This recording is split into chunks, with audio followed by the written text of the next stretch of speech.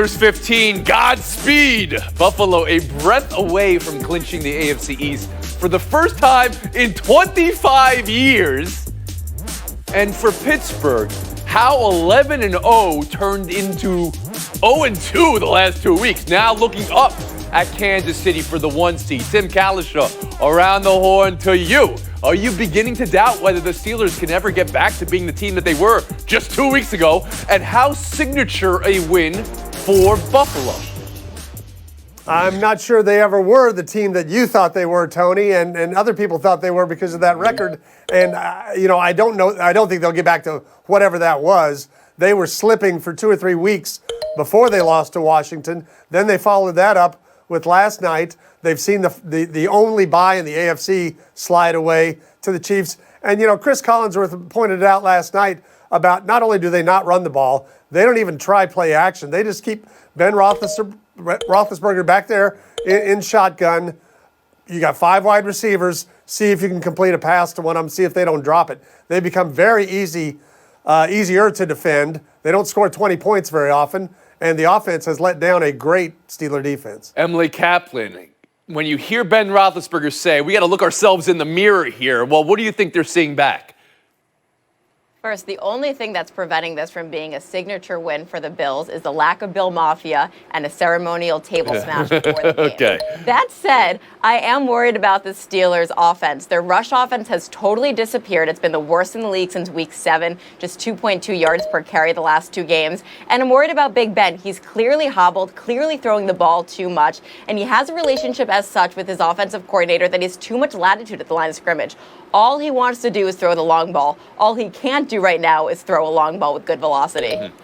Israel Gutierrez, let's take in the Steelers here. Again, Ben Roethlisberger said we got to look ourselves in the mirror. What's looking back at them right now? Well, I was actually thinking about what the other quarterback said, Josh Allen, when he talked about at halftime being within a couple of points or leading by a couple of points and realizing, oh, there's nothing to be intimidated by here. And with the Steelers, the only thing there really was to be intimidated by was their record. Because, as Tim mentioned, they don't run the ball. They're not very tough on that side of the ball, right? And if you watch, and they talked about it in the early part of the game yesterday, how quickly Ben is getting the ball out when he is back there. And that, it felt like Buffalo knew that. It felt like they knew the short passing game was coming. You saw that first pick 6 was on a little short crossing pattern. And there's no intimidation factor there. There's no real style that says that's how the Steelers are going to beat us. You take away the running game, you take away the short passing game, then what do you have there? So I do think there's something missing there from the Steelers, and I don't think they can ever recover that 11-0 energy. And Jackie McMullen. Absolutely. When you talk about the running game, they take away the running game. I don't even know if they have to take it away because they're not even trying to run the ball. And, you have to wonder about James Conner. He came back from injury. You thought maybe he'd give him a lift. That hasn't happened. I can't help but think, and I know this was in the past, but I can't help think about Le'Veon Bell and what Le'Veon Bell would do for this football team. But I'm with Izzy. When I really start thinking about this football game, I'm thinking about the Buffalo Bills the whole time, Tony. I can't believe that the game that Josh Allen had. In the first half, they're pressuring him all over the lot. He stands in there, he takes hits, and then he comes back in the second half and just picks them apart. He was 7 for 14 on third down. Yeah.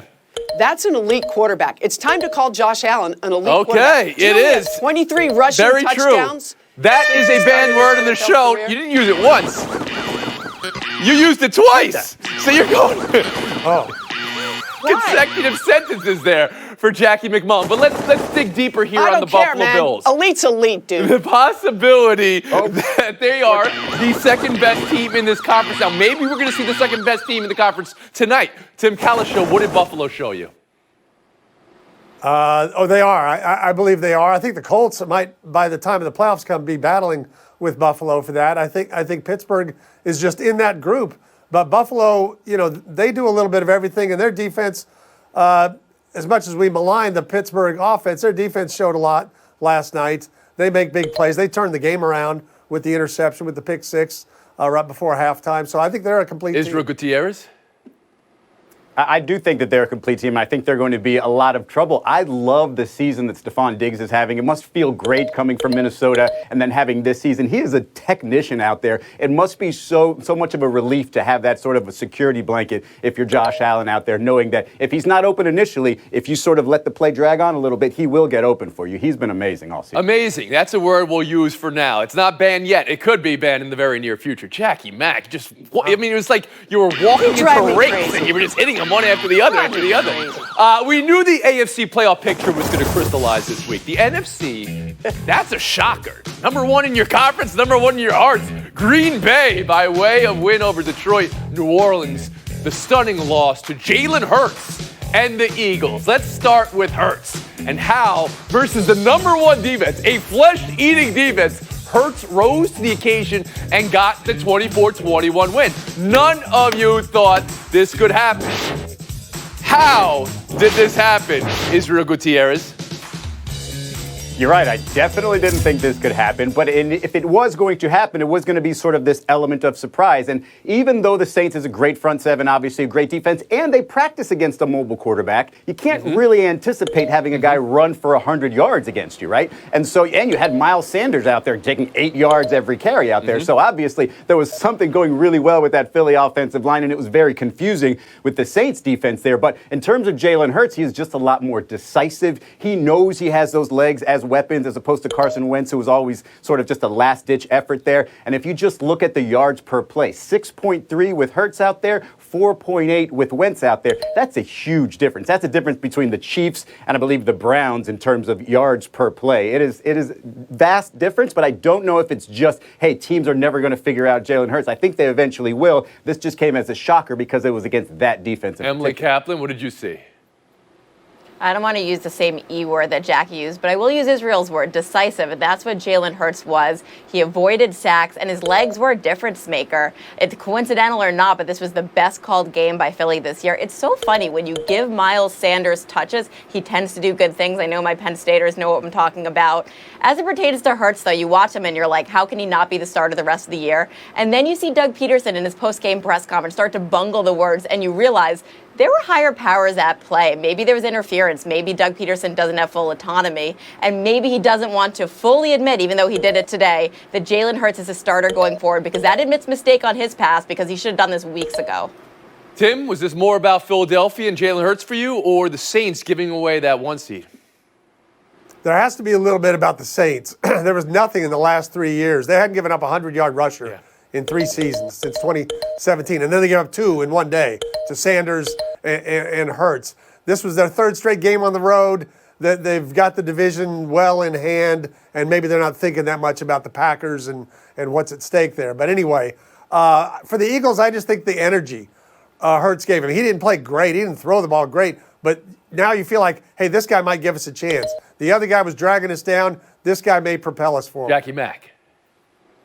Sometimes it's as simple as that, isn't it, Tim? Sometimes you just need a change. Sometimes you fire the coach and a new coach comes in and everything changes, and I think that's exactly what happened with this team. They responded to Jalen Hurts. They looked like they were having fun, Tony. When's the last time you saw the Philadelphia Eagles having fun? And here's the other thing. When Jalen Hurts was being pressured, you know what he got? 82 yards for his team. How many negative yards? 0. That was not happening with Carson Wentz. That's a huge difference.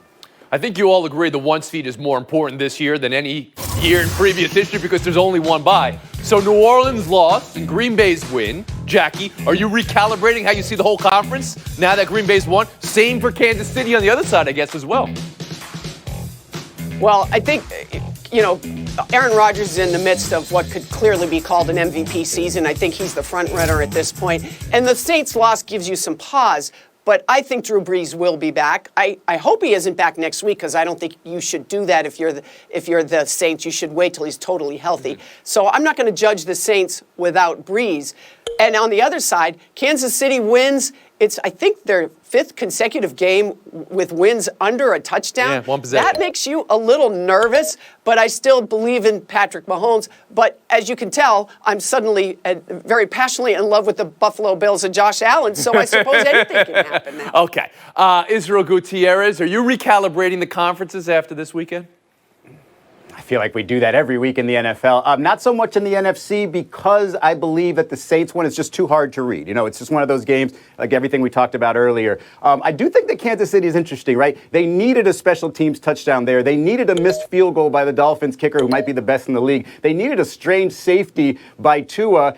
And yet they give up 3 interceptions Patrick Mahomes threw, and they still won. So it's just like, what can you do to beat the Kansas City Chiefs? I'm not recalibrating there. I'm just saying they weren't playing very well. And so if they actually, meet up against a team that can finish the job, maybe they're in a little bit of danger. But man, how can you beat them when you do all that and they still win? Emily Kaplan. Yeah, Chiefs had one bad quarter. They're still the best team in the AFC. As for the NFC, I just want to say one thing about the Green Bay Packers. I live in NFC North Country. I know the way everybody else views Green Bay. They think they're the team that gets all the calls. They had 12 penalties against the Lions on Sunday. They weren't getting all the calls, and they still found a way to win. That's impressive. Tim Kalishaw. You mean when they beat the Colts in '66 and that field goal was no good? You're right. They got that's ridiculous. Going on 54 years. Some of us remember that playoff game or whatever that game was with Tom Maddie playing quarterback. But having said all that, the only recalibration you got to do in the NFC, if the Saints have the top seed, they don't have fans or they don't have many fans, so they don't have that advantage. But Green Bay has 0-degree weather. That's a difficult thing to go play playoff games. If you're Tampa Bay, if you're the Rams, if you're New Orleans, that's a big deal if Green Bay gets to be All right, so then you're in favor of the Cheeseheads, even though what you just said about that call against Baltimore. Ooh, yeah, people are talking about that today. They really are. Way of Taking wide. a break, Byron. Still next, we'll talk about the NFC East.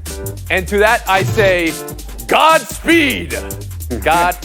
Speed. Oh, man, Deontay. Around the Horn is presented by Bullet Bourbon Frontier Whiskey, highly awarded high rye whiskey. Enjoy responsibly. Part of Happy Hour.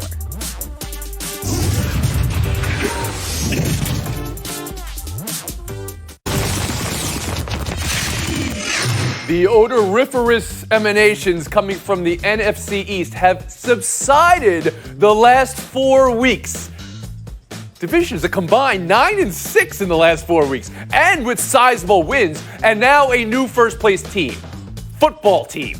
Football team is the football team in this division right now. 23-15 over San Fran. That's 4 straight wins for Washington, with football giants losing and football team winning, and the resurgent Eagles we talked about before. And is there anybody else in this division? I'm forgetting. Tim, what are you doing with this division? This whole division is on fire, Tony. They're streaking toward the playoffs. It's going to be a great race. No, seriously, Washington's ahead. But keep in mind this, Philadelphia winning yesterday, game and a half behind Washington, but they play Washington in the last game. So they can make up a game right there. I think the Eagles are actually right behind Philadelphia, right behind Washington. Emily Kaplan. I think it's Washington's division to lose, but that's just because of their defense and Ron Rivera. Their offense sucks, and that's going to prevent them from getting any further. And if Alex Smith gets injured, and he was injured for part of yesterday, they're really screwed. You can't trust Dwayne Haskins. Coaching staff they lost trust with him early. And if you hear them glowing about him later in the year, that's just trying to drive up his trade value, which is 0 right now. Tell us how you really feel, Emily. That was very direct. Israel Gutierrez in the NFC East. I mean, you could just say that about the entire division, but yeah, that offense is definitely bad. But fortunately, the other side of the ball is sustainable. That front four, that front defensive line has been playing great lately. And, you look at the rest of the division and say, hey, what's great about any of those elements? Washington might have the strongest unit there in that front seven. Jackie McMullen. Emily, man, that was something else. I will tell you this. The Washington football team is 4-1 when Alex Smith is their quarterback, 2-6 without. So Alex Smith is probably going to play next week. And we keep talking about Chase Young, as we should, because he's just phenomenal. But that front four, Tony, they average 23 years old. Sweat and Darren Payne and Jonathan Allen. And that's an elite line that's going to be around, defensive line that's going to be around for a long, long Sweat, Payne, and Young. It's an incredible name, like you're naming a band. Sweat, Payne, and Young. I know you guys always say no one play decides a game. How about one shoe? Does one shoe decide a game? Dan Mullen said he didn't think there was any intent to taunt from Marco Wilson, and that it was a football move. Quote, a football move, end quote. LSU 37, Florida 34. Israel, our resident Gator, Did the football move, shoe throw, decide this game? I thought I couldn't find anything dumber about that play or about this game other than that shoe throw until I heard Dan Mullen's response. Man, it is such an easy, teachable moment. I understand you don't want to bury the guy, but giving him an excuse for that, it cost you the game. You've done everything you needed to do. 4th down, they were going to punt. You were getting the ball back. Did you think that the refs wouldn't see it because of the fog? It was embarrassing. It was terrible. Goodbye, Gators. See you next year. Look, when Israel gets really emotional and animated, I mean, that you were full grandma, Italian grandma there. That was amazing. Jackie McMullen, how about you? Yeah, this was not a football move. This was a boothead move like I've never seen in my life. And I do feel badly for Marco Wilson. Maybe I'm the only one. I know it was a spur-of-the-moment decision, obviously a very bad one. But he's still a kid who acted in the heat of the moment. And I feel badly for him because I think he's going to be hearing about this for a long time to come, especially guys like Israel and our producer, Aaron Solomon. Tim Kalishaw. It is an unfortunate move.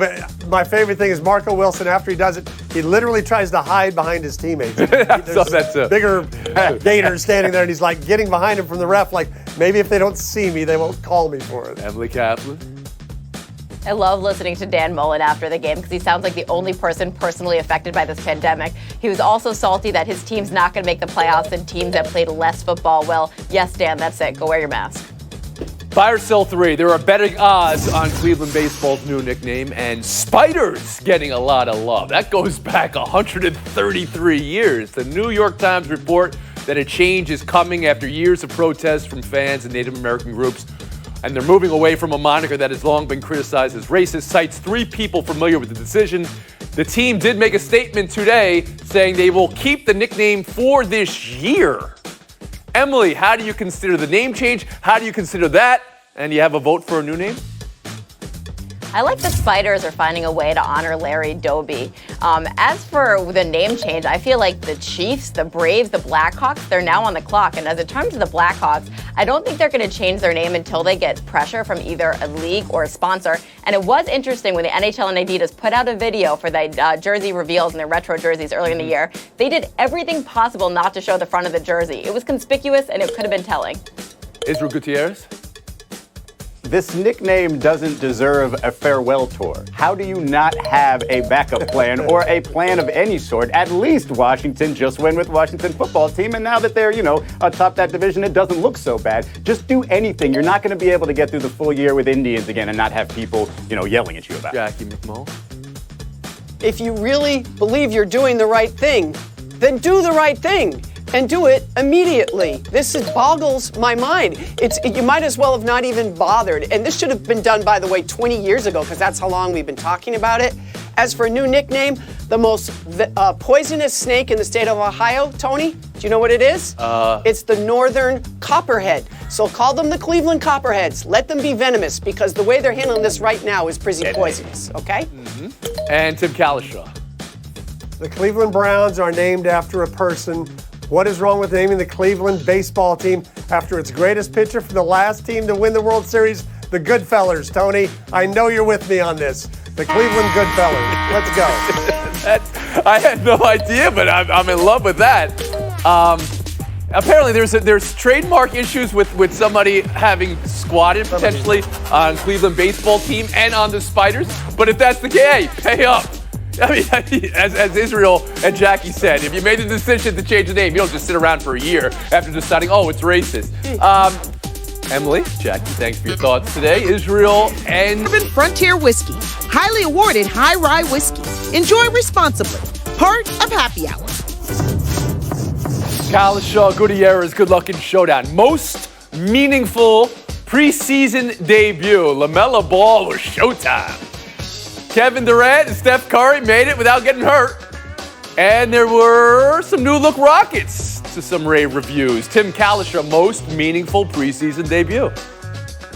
I'm going to go with those Rockets, showing there will be life without James Harden if it goes that way. John Wall looking fast. DeMarcus Cousins looking healthy. These guys can play with or without Harden. You have no idea if there will be life with or without Harden in that team. I'd say it's the Warriors. I say it's Steph Curry. Even without Klay Thompson there, you feel like they can be a playoff team as long as that guy stays healthy. That was the most important thing I saw this weekend in the NBA. There are times when a line is delivered and it takes a few minutes to settle in. Tim Calishaw, the Cleveland Goodfellas, good Bob Fellers, Goodfellas. I mean, this is just now it's setting in, and look at the points you're getting. Okay. One guy's going one way, one guy's going the other way, and Calishaw's like, hey, what do you want from me? 30 seconds of FaceTime. The delay reaction, it happens. Today's the 100th anniversary of the death of George Gipp, immortalized in Hollywood with the win one for the Gipper speech as a clean-cut All-American player. In reality, he was All-American on the field. He was not clean-cut. He lived in a hotel downtown. He gambled and drank and smoked all night.